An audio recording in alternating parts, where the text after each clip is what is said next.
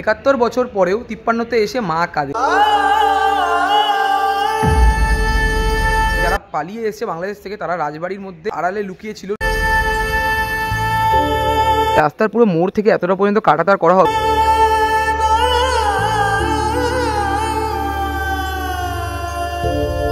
দুর্গাপুজোর নতুন আরও একটা প্যান্ডেল প্রস্তুতির ভিডিওতে তোমাদের সকলকে সুস্বাগত। এই মুহূর্তে দাঁড়িয়ে রয়েছি শ্যামনগরে।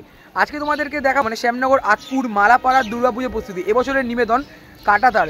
থিম শিল্পী রয়েছে বনগার প্রশান্তদা। বেশি কথা বাড়াবো না, ভিডিওটা শুরু করবো। তোমরা এখনো তো যারা আমাকে চেনো না, আমি কৌশিক, তোমরা একটু আনকাট কৌশিক ইউটিউব চ্যানেল।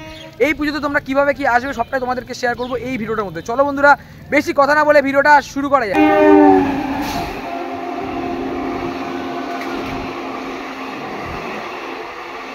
বন্ধুরা চলে আসলাম শ্যামনগর স্টেশন। তোমরা যে যেখান থেকে আসো না কেন তোমরা চলে আসো শ্যামনগর। আমি রয়েছি 2 নম্বর প্ল্যাটফর্ম। তোমরা যদি শিয়ালদার দিক থেকে আসো তাহলে তোমরা চলে আসো 1 নম্বর প্ল্যাটফর্ম। আর বৃষ্টি ভেজা দিন, তাই জন্য জায়গাটা পুরো ভেজা ভেজা রয়েছে। 1 নম্বর প্ল্যাটফর্মের সামনে থেকে রেল লাইনের ধার ধরে চলে যাব রেলগেটের দিকে। শ্যামনগর স্টেশনের 1 নম্বর প্ল্যাটফর্ম। 1 নম্বর প্ল্যাটফর্মের রেলগেটের ধার দিয়ে চলে আসলাম শ্যামনগর স্টেশনের বাইরের এই রেলগেটটার সামনে দিকে তোমরা অটো টোটো পেয়ে যাবে। স্টেশনের বাইরে থেকে অটো ধরে চলে আসলাম আতপুর নিমতলার সামনে। আমাদের অটো দাঁড়া হলো এই জায়গাটা। আমরা চলে যাব এই রাস্তা ধরে ঠিক পুজো মণ্ডপের দিকে। আর এদিকে পুজোর একটা ব্যানারও দেওয়া রয়েছে।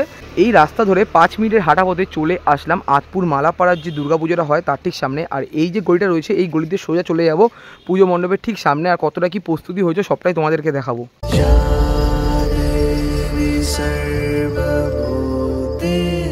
বন্ধুরা চলে আসলাম শ্যামনগর আতপুর মালাপাড়ার দুর্গাপুজো প্রাঙ্গণের ঠিক সামনে। আর এই জায়গাটার মধ্যে তাদের কর্মযজ্ঞের কাজগুলো চলছে। তোমাদেরকে যদি পুরো প্যান্ডেলটা শেয়ার করি, আমি এই রাস্তা দিয়ে সোজা চলে আসলাম। এই রাস্তার যে মোড়টা রয়েছে, মোড়ের সামনে দিয়ে পুরো কাটাতারের বিষয়টা তৈরি করা হবে।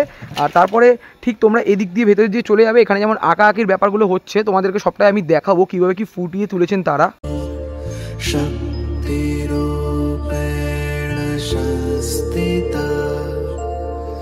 এই রাস্তাটা তোমরা দেখছো, এই রাস্তার পুরো মোড় থেকে এতটা পর্যন্ত কাটাতার করা হবে। দুই বাংলার যে বিষয়টা 1971 সালে যে মর্মান্তিক বিষয়টা হয়েছিল, বাংলাদেশ থেকে অনেক মানুষ ভারতে পালিয়ে এসেছিল, সেই বিষয়টাকে এখানে অনেক সুন্দর করে দেখানো হয়েছে। এদিকে যেমন দেখতে পাচ্ছি যে সংগঠনের যে বিষয়টা, সেই জিনিসগুলো এখানে কত সুন্দর করে তোলা হয়েছে। আর এখানে যেমন লেখা রয়েছে আমার বাংলা আমার মা, বাংলা ভাষার যে বিষয়টা বিদ্রোহ যে করেছিল, এই জায়গাটা তোমাদেরকে দেখাতে পারছি। এখানে একটা রাজবাড়ি টাইপের করা হচ্ছে। অনেকে বাংলাদেশ থেকে 1971 সালে পালিয়ে ভারতবর্ষে এসেছে, আর তাদের থাকার জন্য যে একটা রাজবাড়ি টাইপের এখানে কিন্তু করা হয়েছে।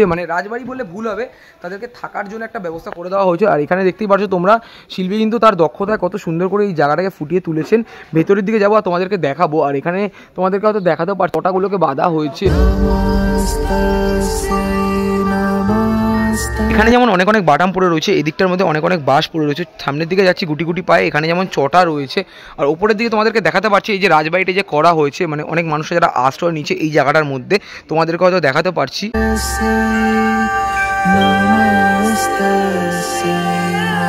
এখানে যেমন অনেক অনেক বাঁশের চটা পড়ে রয়েছে, এই চটাগুলোকেই ওপরের দিকে ব্যবহার করা হয়েছে, তোমাদেরকে আমি দেখাতে পারছি। এদিকের মধ্যে মাটি দিয়ে তৈরি করা কিছু মূর্তি রাখা রয়েছে। বাংলাদেশ থেকে যারা ভারতবর্ষে পালিয়ে এসেছে তাদের একটা সংগঠনের কিছু স্ট্রাকচার রাখা রয়েছে। 1000টা মানুষ আসলে 1000 জনকেই তো রাখা সম্ভব নয়, তাই জন্য এখানে কিছু স্ট্রাকচার রাখা রয়েছে। তাদের মধ্যে কেউ কেউ শুয়ে রয়েছে, কেউ কেউ বসে রয়েছে, আর কেউ কেউ চিন্তা করছে। আর এই দুটো মূর্তিকে দেখে মনে হচ্ছে তারা হয়তো নেতৃত্ব দিচ্ছে।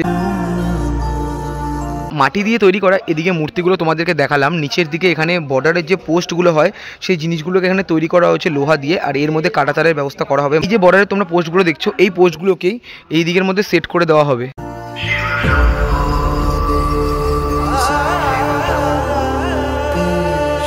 এদিকের মধ্যে কিছু মূর্তি তোমাদেরকে দেখালাম। তারপর আমি চলে আসলাম মাতৃ প্রতিমা রাখা হবে সেই জায়গাটার মধ্যে। এখানেও আরও অনেক মূর্তি তৈরি করা রয়েছে।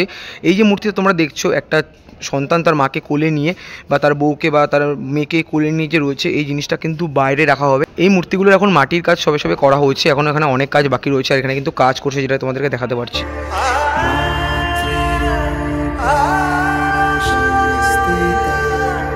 থিমের পুজো আমি অনেক দেখিয়েছি এবং তোমাদেরকে শেয়ার করেছি। আজকের যে থিমটা আমি তোমাদেরকে দেখালাম, থিমটা যখন তৈরি হয়ে যাবে প্রপার, তখন গায়ে কাটা দিয়ে উঠবে, এরকম একটা বিষয় কিন্তু এখানে তুলে ধরার চেষ্টা করা হয়েছে। আমি দাঁড়িয়ে রয়েছি এখন ওপরের দিকে।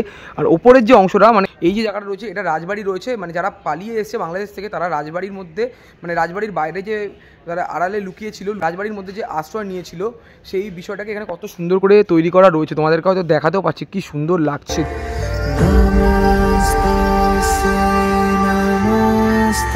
শ্যামনগর আতপুর মালাপাড়ার এবছরের নিবেদন কাটাতার। 71 বছর পরেও 53তে এসে মা কাঁদে। বিষয়টা তোমাদেরকে আমি বোঝালাম, কুটি পুজোর সময় এসেছিলাম, তখন এসে তোমাদেরকে দেখিয়েছিলাম। 71 বছর পর বলতে 1971 সালে কথাটা বলা হয়েছে। আর 53র মা কাঁদে মানে 53 বছরের যে মা রয়েছে তারা যে পালিয়ে আসার যে মর্মান্তিক ব্যাপারটা সেটাকে এখানে তৈরি করার চেষ্টা করা হয়েছে। আর একটা জিনিস তোমাদেরকে যেটা দেখিয়ে দিলাম, তবে যারা রয়েছে তাদেরকে এখন আমি কাউকে পেলাম না, তাই জন্য তোমাদেরকে বিষয়টা আরও ভালো করে বলতে পারলাম না। ভিডিওটা আমি এইটুকু রাখলাম। যদি তোমাদের ভিডিওটা ভালো লাগে অবশ্যই লাইক, কমেন্ট, শেয়ার এবং সাবস্ক্রাইবটা করে দিও। দেখা হচ্ছে এরকমই কোনো একটা দুর্দান্ত ধামাকাদার আপডেট ভিডিওর সাথে। ততক্ষণের জন্য টাটা।